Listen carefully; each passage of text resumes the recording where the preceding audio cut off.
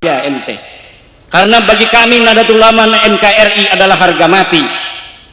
Kesetiaan kami warga Nahdlatul Ulama PWI LS kepada NKRI adalah final, tapi kesetiaan kami kepada pemerintah kondisional. Ini harus betul-betul diperhatikan oleh negara. Jangan ikut-ikut acak-acak Nahdlatul Ulama, mau siapapun. Kenapa? Karena kami biasa dalam dinamika internal dan kami akan bisa melaluinya sebentar lagi, dan setelah itu yang ada hanya orang-orang ikhlas yang ada di Nahdlatul Ulama. Dan kalau menurut survei warga NU 70% menginginkan Kiai Marzuki Mustamar sebagai ketua umum PBNU. Ini bukan kata saya ya, ini bukan karena ada yang Marzuki, saya lihat di hasil survei. Dan nih PCNU Cirebon yang hadir, ingat, memang dalam Nahdlatul Ulama pemegang daripada suara itu PC dan PW. Tapi PC PW di dalam bagaimana PC PW itu memilih calon harus mendengar geretak hati masyarakat Nahdiyin di bawah. Jangan melihat SMS, jangan melihat WA yang minta nomor rekening, jangan, tapi melihat hasil survei warga Nahdlatul Ulama pengen siapa yang menduduki sebagai ketua mereka, sebagai rois mereka, agar antara pemimpin yang dipimpin ada alaqah batiniyah yang kuat, ada trust, ada kepercayaan. Jangan sampai Nahdlatul Ulama yang besar, yang menurut survei, para ahli survei 53% orang yang beragama Islam mengaku dirinya Nahdlatul Ulama. Ini berarti berapa ratus juta itu? Mungkin bisa nyampai 130 juta warga Indonesia mengaku dirinya adalah Nahdlatul Ulama. Jangan sia-siakan potensi besar yang sudah aman untuk negara kesatuan Republik Indonesia ini. Basis Nahdlatul Ulama memang ada di pesantren, tetapi lulusan pesantren sekarang berada di tengah-tengah masyarakat. Episentrumnya tetap pesantren, epicentrum tetap pesantren. Kader-kader inti daripada Nahdlatul Ulama adalah di pesantren. Jangan bikin peraturan orang-orang PBNU, mereka yang bisa masuk PBNU hanya mereka yang mempunyai sertifikat AKNU. Ini akan menjauhkan kader-kader pesantren daripada kepengurusan Nahdlatul Ulama. Dan ini juga naturalisasi begini, orang-orang yang dulunya bukan NU, bahkan memusuhi NU, hanya karena dia ikut kaderisasi NU 3 hari langsung dia dinyatakan lebih berhak untuk menjadi pemimpin NU daripada anak-anak santri kiai-kiai NU, santri-santri buntet yang 7 tahun dia mondok digembleng kecintaan kepada Allah, cintaan pada Rasulullah, cinta kepada agama Islam, cinta kepada negara kesatuan Republik Indonesia, cinta kepada Nahdlatul Ulama. Di kader tiba-tiba dia tidak bisa menjadi pemimpin NU hanya karena dia tidak mempunyai sertifikat AKNU. Tetapi orang-orang yang bukan NU dinaturalisasi. Dia dulu mempunyai cara pandang bukan cara pandang NU. Dia tidak mondok di pesantren NU, Nahdlatul Ummah, Nahdlatul Ulum.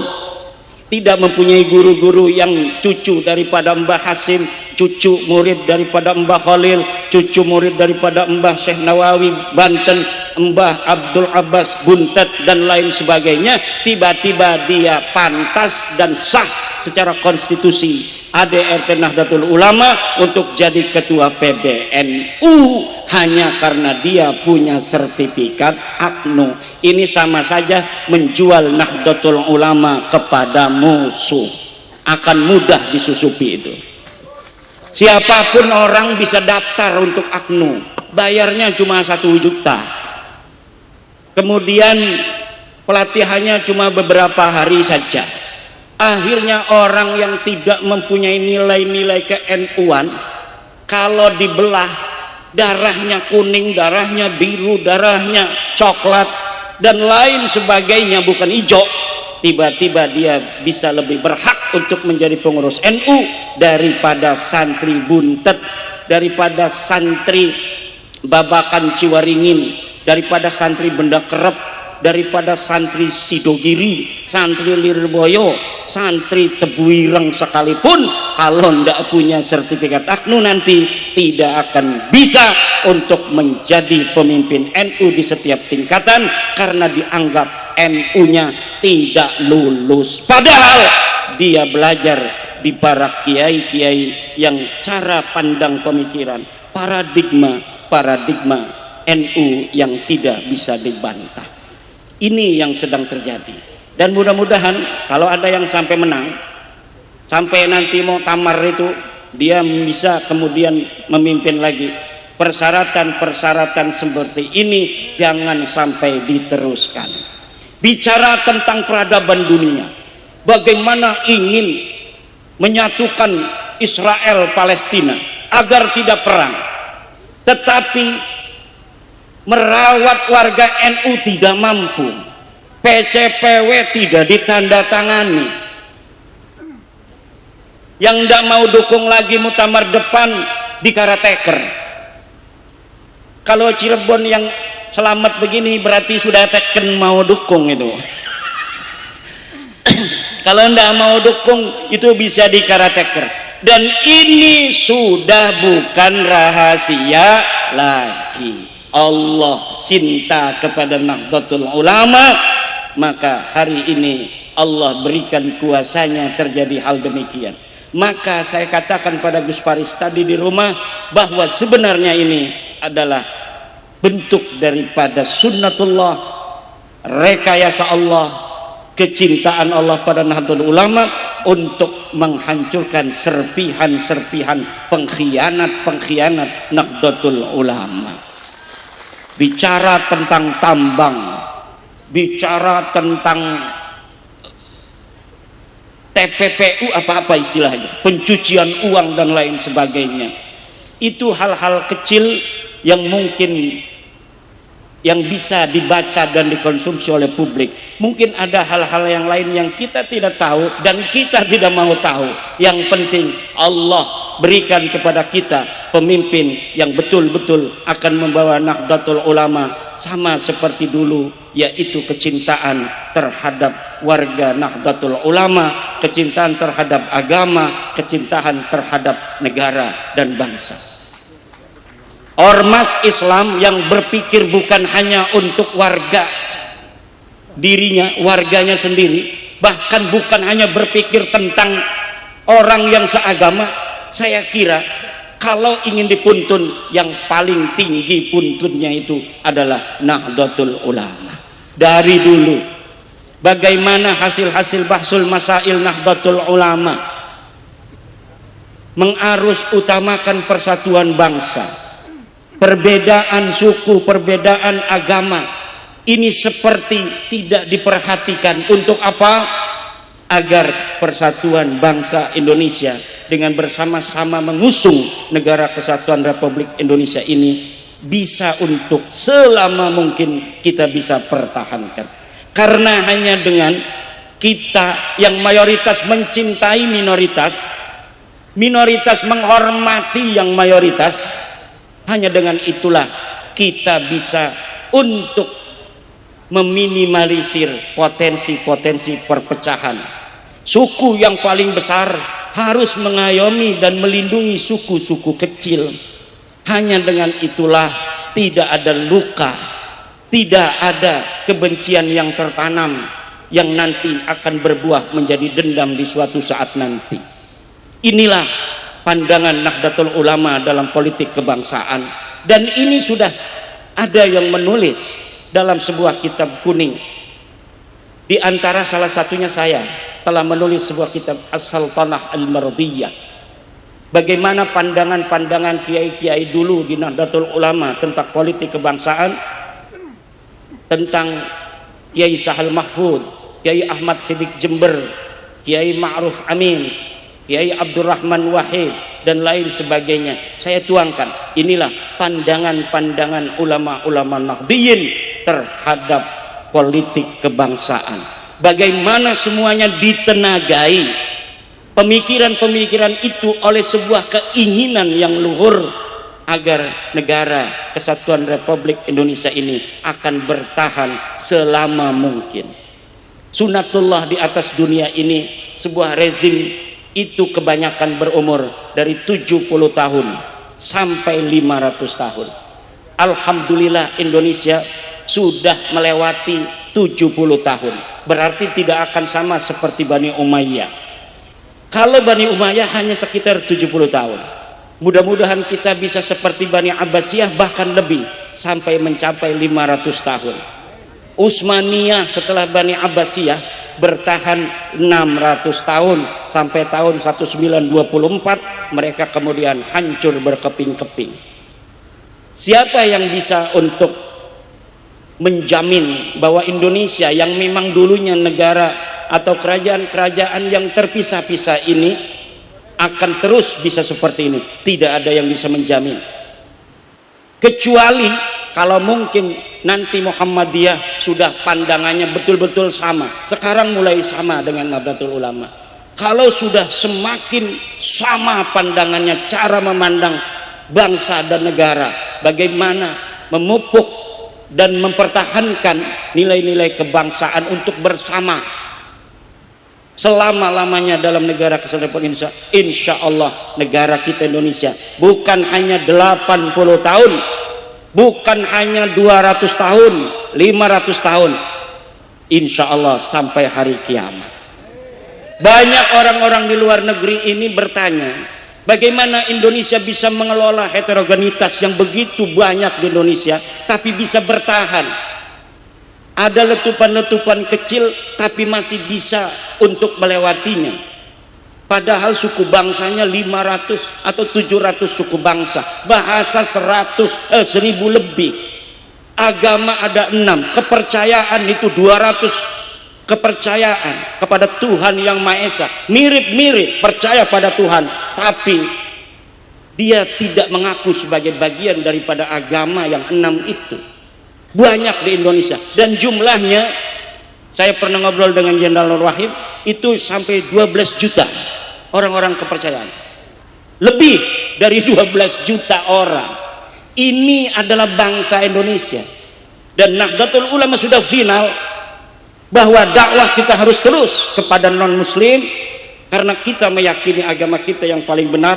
Tetapi jangan jadikan upaya kita dakwah kepada non muslim itu menjadi alasan kita untuk menyakiti mereka.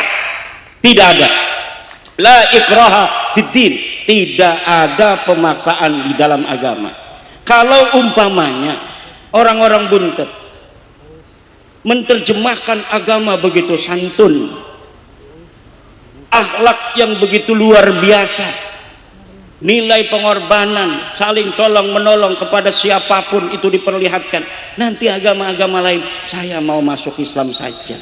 Tapi kalau agama Islam di tataran kulitnya caci maki, saudara-saudara, jokodok, ini adalah presiden Fir'aun, menteri agamanya adalah Dajjal, setan, iblis. Kalau orang-orang yang punya otoritas keagamaan semacam ini, maka nilai-nilai Islam itu akan dianggap nilai-nilai yang primitif, yang tidak pantas orang non-Islam untuk masuk ke dalam agama Islam. Maka kesantunan yang selama ini adalah merupakan ciri khas bangsa Indonesia, jangan sampai kemudian ditinggalkan dengan kita mengikuti orang-orang yang tidak punya sopan santun itu hanya karena mereka mengaku sebagai cucu Nabi. Dan sudah final daripada penelitian saya, Ba'lawi yang mengaku sebagai Habib-Habib itu bukan cucu baginda Nabi Muhammad sallallahu alaihi wasallam. Saya akan mempertanggungjawabkan kesimpulan ini di hadapan Allah Subhanahu wa taala bahwa Taufik Assegaf bukan keturunan Nabi, Rizik Syihab bukan keturunan Nabi, Bahar Smith bukan keturunan Nabi, dan seluruh Ba'alwi yang pakai Syihab, Atas, Empuk dan lain sebagainya bukan keturunan baginda Nabi besar Muhammad sallallahu alaihi wasallam. Tetapi sekali lagi untuk PWI, peringatan dari saya sebagai wakil ketua umum PWI LS, walau mereka bukan keturunan Nabi, tidak ada alasan kita untuk membenci mereka jika mereka tidak lagi menyebarkan ajaran-ajaran sesat kepada saudara-saudara kita bangsa Indonesia. Jika mereka tidak mau lagi mengklaim para pahlawan-pahlawan bangsa Indonesia adalah bagian dari keluarga mereka, sementara orang asli di sini tidak ada yang jadi pahlawan. Jika mereka sudah menghentikan pengakuan itu di hadapan publik, tidak ada alasan lagi nanti PWI untuk